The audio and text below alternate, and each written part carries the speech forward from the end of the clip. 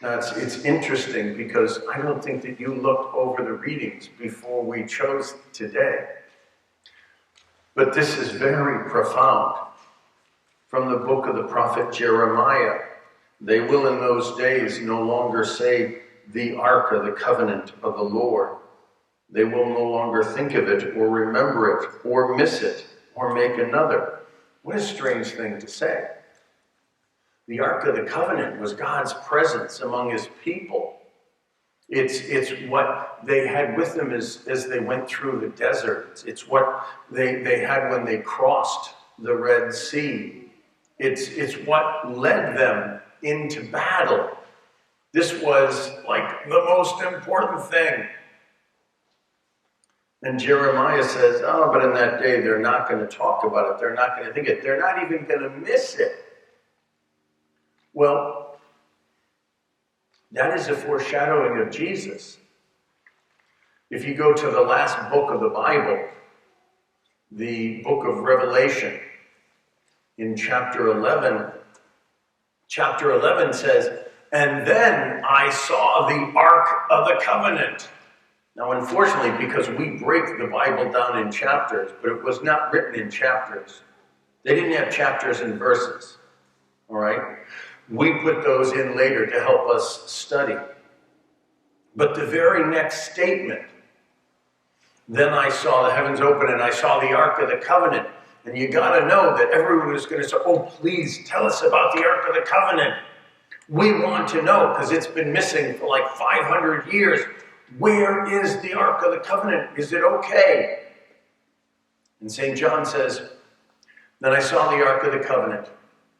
I saw a woman clothed with the sun, and she was pregnant. She was with child. And the people are probably going to go, hey, no, we don't want to hear about the woman. We want to hear about God's presence among us, the Ark of the Covenant. And I can just see St. John saying, no. I am telling you about the new Ark of the Covenant. I am telling you about God's presence among us. There was this woman clothed with the sun, and she was with child. In other words, they're talking about Mary. But it's also an allusion to the church.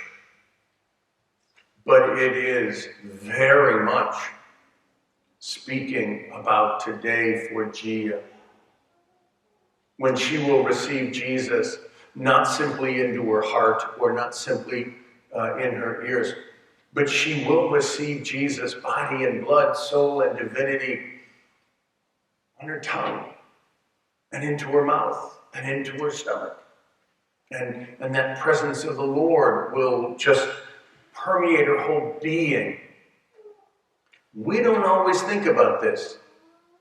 As adults, I think we forget sometimes what a great event this is.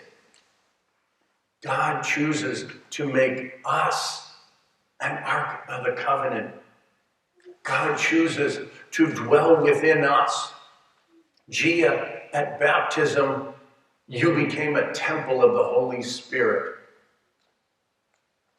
And today, you will become an Ark of the Covenant.